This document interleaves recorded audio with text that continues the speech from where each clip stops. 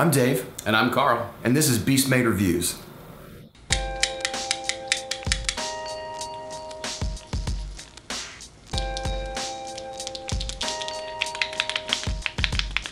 Hey everyone, I'm Dave. Welcome to Beast Made Reviews, and today I'm reviewing the Fidget Cube by Antsy Labs. Now if you hear any noises or any funny clicks or anything, it's because I'm playing with this thing. Now you probably already know about this product, and it's basically just a cube that has a whole bunch of fidget toys on it. It was produced by Antsy Labs on Kickstarter. They had kind of a modest goal of $15,000. And they raised $6.5 million, which blew their goal out of the water by a lot. Now this has become a phenomenon, and I've seen it all over the internet, like on Good Mythical Morning and different websites and things like that. People have recognized that people really are looking for this kind of thing. Now fidget toys are not new. There have been fidget toys for a long time, like worry stones, and recently tops and spinners have been a thing before this has become a thing. But the Fidget Cube really did something unique, and that was create a lot of different fidget toys onto one. And I think besides just doing that, they made it in a really small package and made it cute, which you cannot deny the power of cuteness in a thing. I actually backed this product, and so this is mine. I bought this, and this was designed for people who just like to fidget, who have nervous energy and they just like to play with things, and apparently it's supposed to increase focus. I believe it's also supposed to help people who have attention deficit disorder. Alright, so let's go ahead and get to the specs. Now these are 1.26 inches per side. It is 1.3 ounces in weight. It came in a cubed clear plastic box, which I don't have at the moment. I threw it away. And it also came with a little pouch, as shown here. Alright, so let's go over each side and show you all the gizmos real quick. I'll start with the bottom side, which is just a little divot, which I assume is supposed to mimic a worry stone. Next is a wheel with a slightly protruding nub to grip. The wheel has a slight clicking feel and sound. Next is a joystick, which functions almost just like a joystick would. Next is a set of gears. Each spins with both a mechanical and audible click and resistance. Then there is a ball bearing on this side, which spins very fast, and if you push it in, there is a loud springy click. The next side is a light switch side, which operates exactly as you would expect it to. It flips in either direction with a pretty loud and authoritative snap. The last side is the button side, which really gives it the appearance of a die. Two of the buttons are silent and springy with no click at all. Two others are clickers with somewhat hard resistance, and the middle button is also a clicker button, but somewhat softer in resistance and sound. This coloration is based on the Super Nintendo controller, a Kickstarter exclusive, which I actually really dig. Alright, so let's get to the pros.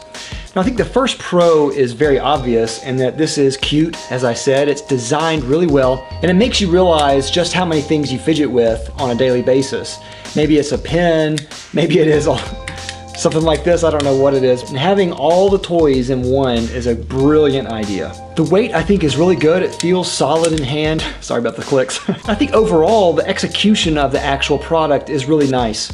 They put a lot of thought into what they were doing, and all the toys seem like they had care put into the design. I also really like the coloration, and I realize that not everyone is going to have this coloration or this option, but I really dig it. They have a lot of different colors to choose from, so there's probably going to be something that I think you'll like. Alright, so now let's get to the cons. The first con is that this is made in China. Now this is not necessarily a con for me. I don't mind if it's made in China. If something is made in China, if it's made really well, it doesn't bother me. However, some people really like made in America, and I really question whether this could have been made in America at a similar price point. I realize that because it's made in America, it's going to be more expensive, but I wonder how much expensive it would be. But made in China is always a compromise, and in this case, it doesn't bother me, but it could be a con for some people. Another con is that it's bigger than I anticipated. Now, I thought this was going to be a little bit smaller. The size is not bad, but I find that it's too big in the pocket. It's not something I'm going to carry in my pocket, and it's certainly not something I'm going to put in my keys. They have a keychain adapter, which is sold separately, and I'm definitely not going to put this on my keychain. It's just too big. This is a desktop toy only. Another con is that the lack of a keyring option is a big oversight. It would be nothing to put a little hole in here that would go through one of the corners. It would be unobtrusive. You can put a keyring in that, but it was a big oversight not to have that here. This is kind of a two-piece shell that houses the toys, but there is a very noticeable seam. Again, not a deal killer, but it makes it look cheap. All right, so now let's talk about the individual toys and some of my cons of the actual sides and little doodads that they have on here. So starting with what they call the breathe side, I find this side really completely useless. If it's trying to mimic a worry stone, it needs texture, something to make it satisfying to feel like a worry stone does. They really could have thought of one more toy and put it here, and that would have been a big improvement. Next is the spin side, which I find is okay, but a little uncomfortable. The wheel is actually pretty small, making it feel tight, and my finger often slips from the nub. So when holding this, I usually skip it. The joystick side was another big disappointment. It doesn't move like a real joystick would, and it doesn't have enough travel. And in my dreams, it would also press down much like a PlayStation or Xbox joystick. And if it had some kind of telescoping arm that would allow it to pop out or something, even better. Next is the gear side, and I actually really like this side, and I find that if I have this on my desk and I play with it, it's usually this side. It is one of the only sides worth fidgeting on, in my opinion. My only criticism that I could find would be that I hope version 2 has maybe one more gear with larger teeth and a larger wheel. Next is a light switch side, which is also really good, and I do play with this some. Though the click timbre, to me, is a little too loud and too shrill, almost annoying. And if I'm playing with this around some other person, this is the most annoying side. It's a little less satisfying than I was expecting. Also, when you click it, the edges are a little rough and almost sharp. Lastly is the button side, which is the most disappointing to me. First, the two silent buttons are not satisfying at all. They're springy, but that is it, and nothing else. Not even a silent click. They're really frustrating. The two outer clickers are somewhat hard to depress, making it a little painful sometimes. The center click button is fine, making it the only one worth pressing, I think. Now, why wasn't there a click with a positive and negative action like a pen clicker?